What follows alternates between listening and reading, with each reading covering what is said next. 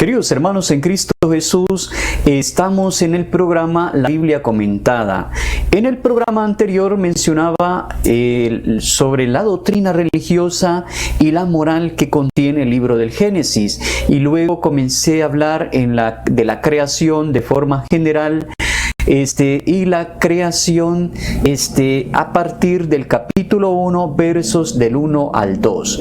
Hoy comentaré justamente Génesis capítulo 1, versos del 3 al 10. Y dice así: dijo Dios, haya luz, y hubo luz. Vio Dios que la luz estaba bien, y separó Dios la luz de la oscuridad. Llamó Dios a la luz día, y a la oscuridad la llamó noche. Atardeció y amaneció el primer día. Dijo Dios, haya un firmamento por en medio de las aguas, y que la separe una de la otra.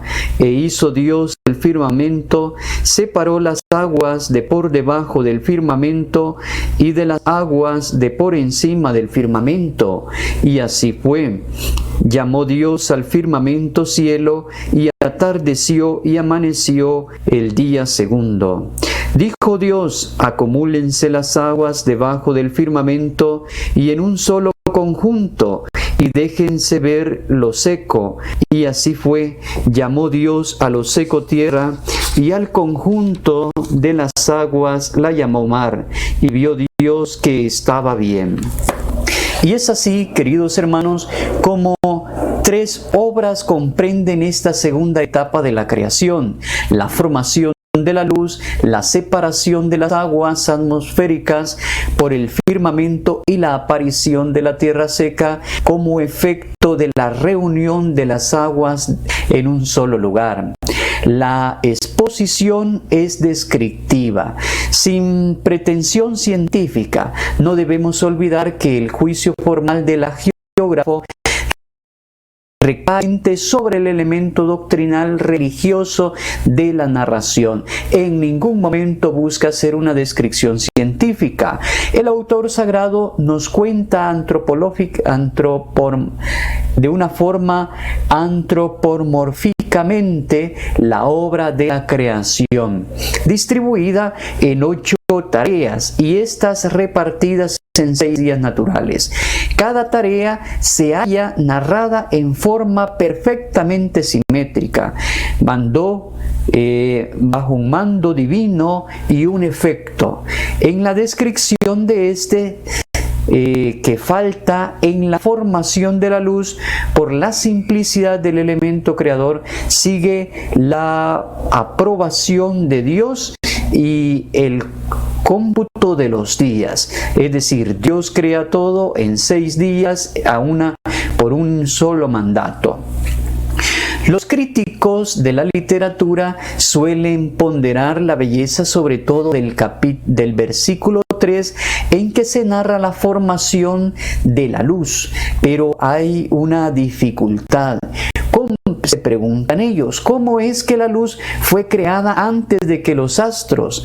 Que la luz puede ser esta que Dios llama día y se contrapone a las tinieblas de la noche. La respuesta es obvia. No nos hacemos cargo de la mentalidad de los antiguos, de aquella gente, de su interpretación de los fenómenos que observan los días.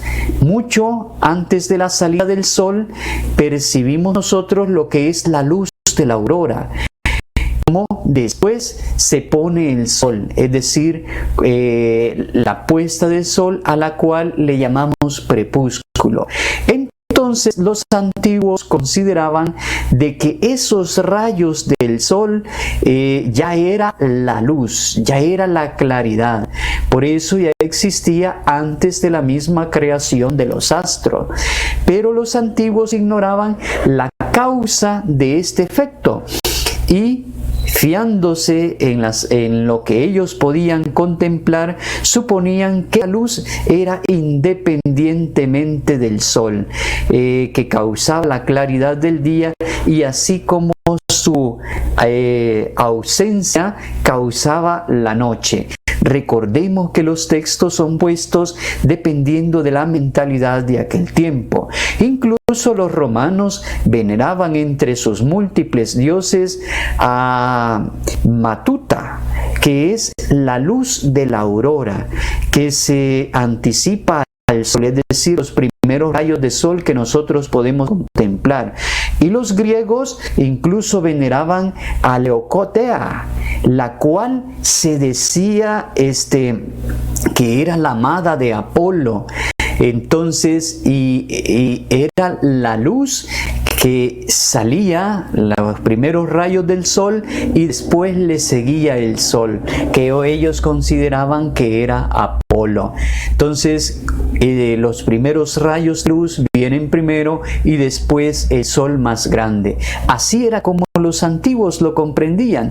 El autor sagrado, así como los sabios de su tiempo y los que vendrán posteriormente, se acomodan a las apariencias sin dar juicio sobre la realidad científica de la misma, que no entraba en su finalidad, es decir, no estaba dentro del contexto, más bien atiende a expresar el origen divino de la luz. Eso es el objetivo que el autor sagrado quiere manifestar.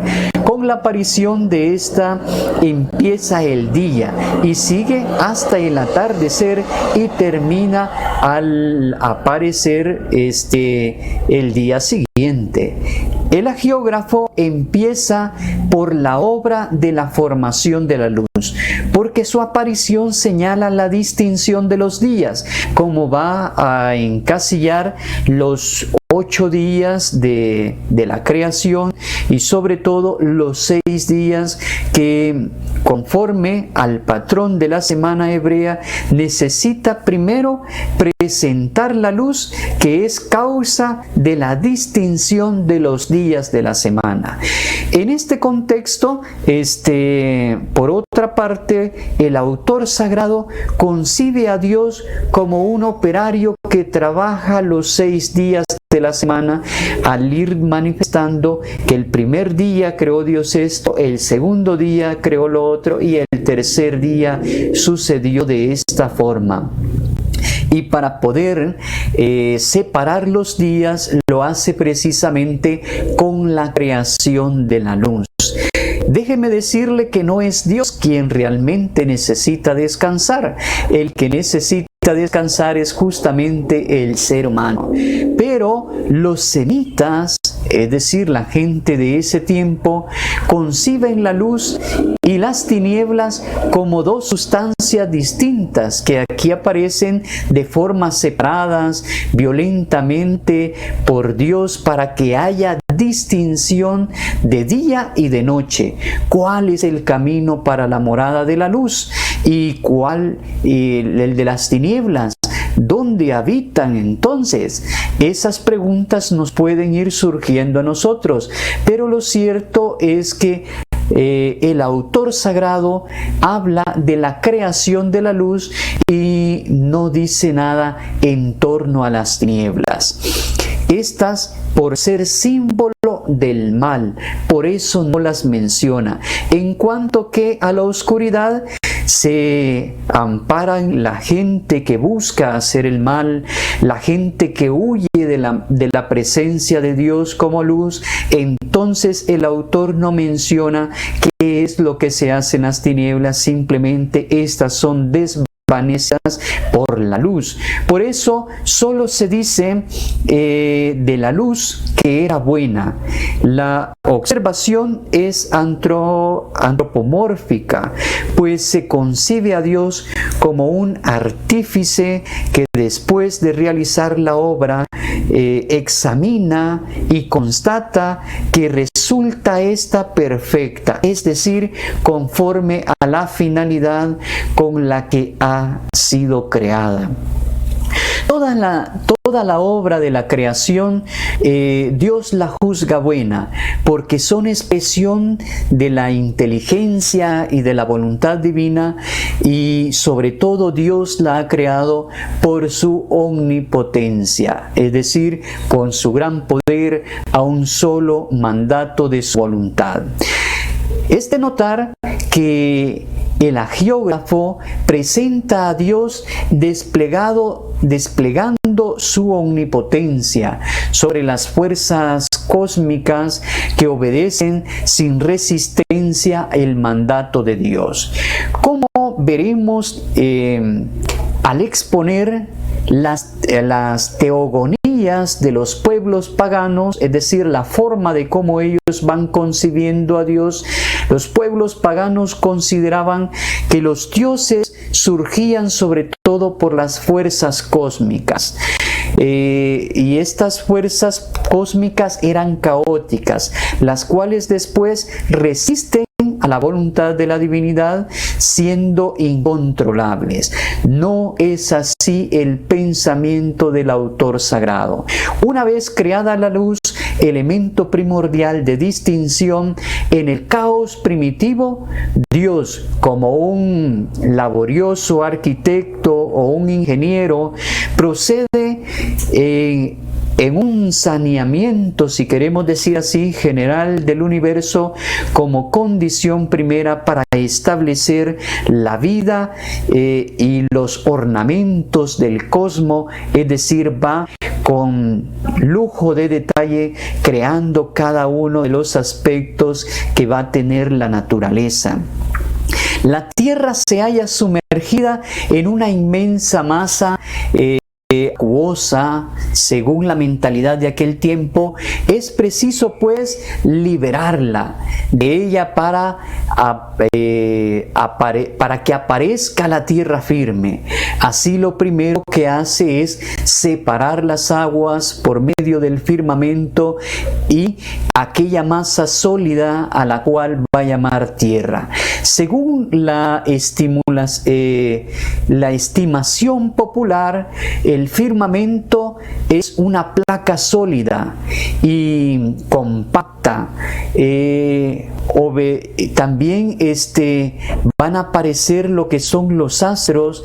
Según la mentalidad de los antiguos hebreos, la tierra estaba asentada sobre el abismo de las aguas y sostenida por varias columnas. Entonces, y el cielo era una inmensa comba, por decirlo así, como una cúpula que se sostenía por columnas que se levantaban a los dos extremos de la tierra, pero eran tan distantes que no las podían ver. Estamos hablando de la mentalidad. Cito el relato. En esta superficie compacta, podemos decir que Dios abría y cerraba a voluntad para inundar el agua de la tierra, como en el caso del diluvio, que fue universal. Es decir, Dios podía de alguna otra manera, en la mentalidad del tiempo, obrar sobre la naturaleza, lo que Él había creado.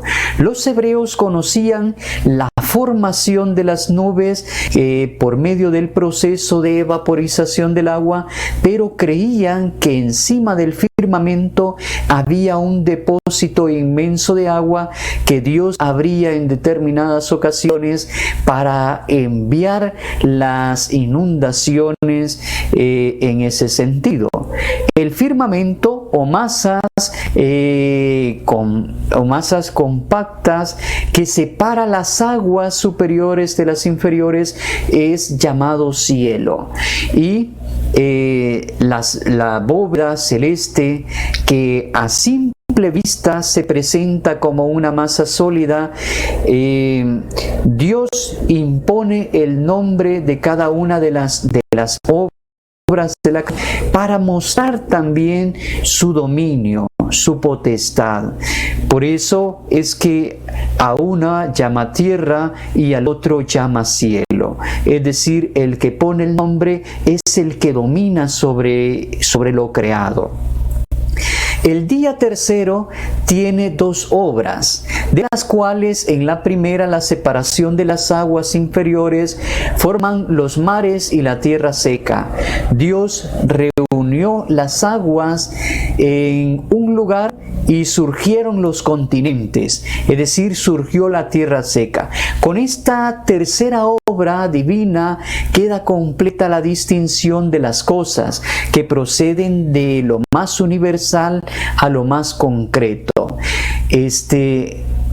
Creada la luz, separadas las tinieblas de esta, separadas las aguas superiores de las inferiores y la de los mares y de la tierra seca, cesa la confusión, cesa el caos primitivo, por decirlo así, porque es Dios quien va poniendo, el que va poniendo orden. El caos se llama el mohu babohu, es decir, la confusión, y Dios pone orden. Queda fundamentalmente saneado y estructurado el universo para recibir las otras 5 obras que son de ornato, la población del cielo y de la tierra, la organización del universo como es el cosmos. La tierra estaba cubierta de agua, las de las partes inferiores del firmamento, y Dios ordenó que se reunieran en para hacer posible que la tierra tuviera vida. Por eso Dios separa las aguas de la tierra.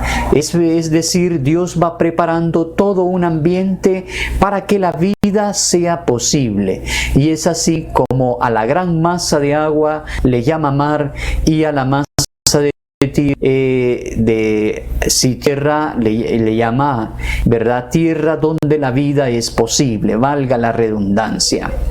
Pero lo que anteriormente les he mencionado también está sintetizado de alguna otra forma en el Salmo 24, versos 2 y siguiente. Cuando nos manifiesta, Él fundó la tierra sobre sus bases para que nunca después vacilara. La cubriste de los mares como de vestido, y las aguas cubrieron los montes. Tu increpación huyeron, al sonido de tu voz se precipitaron. Y se alzaron los montes y se bajaron los valles hasta el lugar que les había señalado. Pusiste un límite y no traspasaron, no volverán a cubrir la tierra. Es decir, el autor sagrado recoge sobre todo en un salmo como ellos considerando que Dios ha ido creando el cielo y la tierra. No se pierda el siguiente programa. Que Dios les bendiga.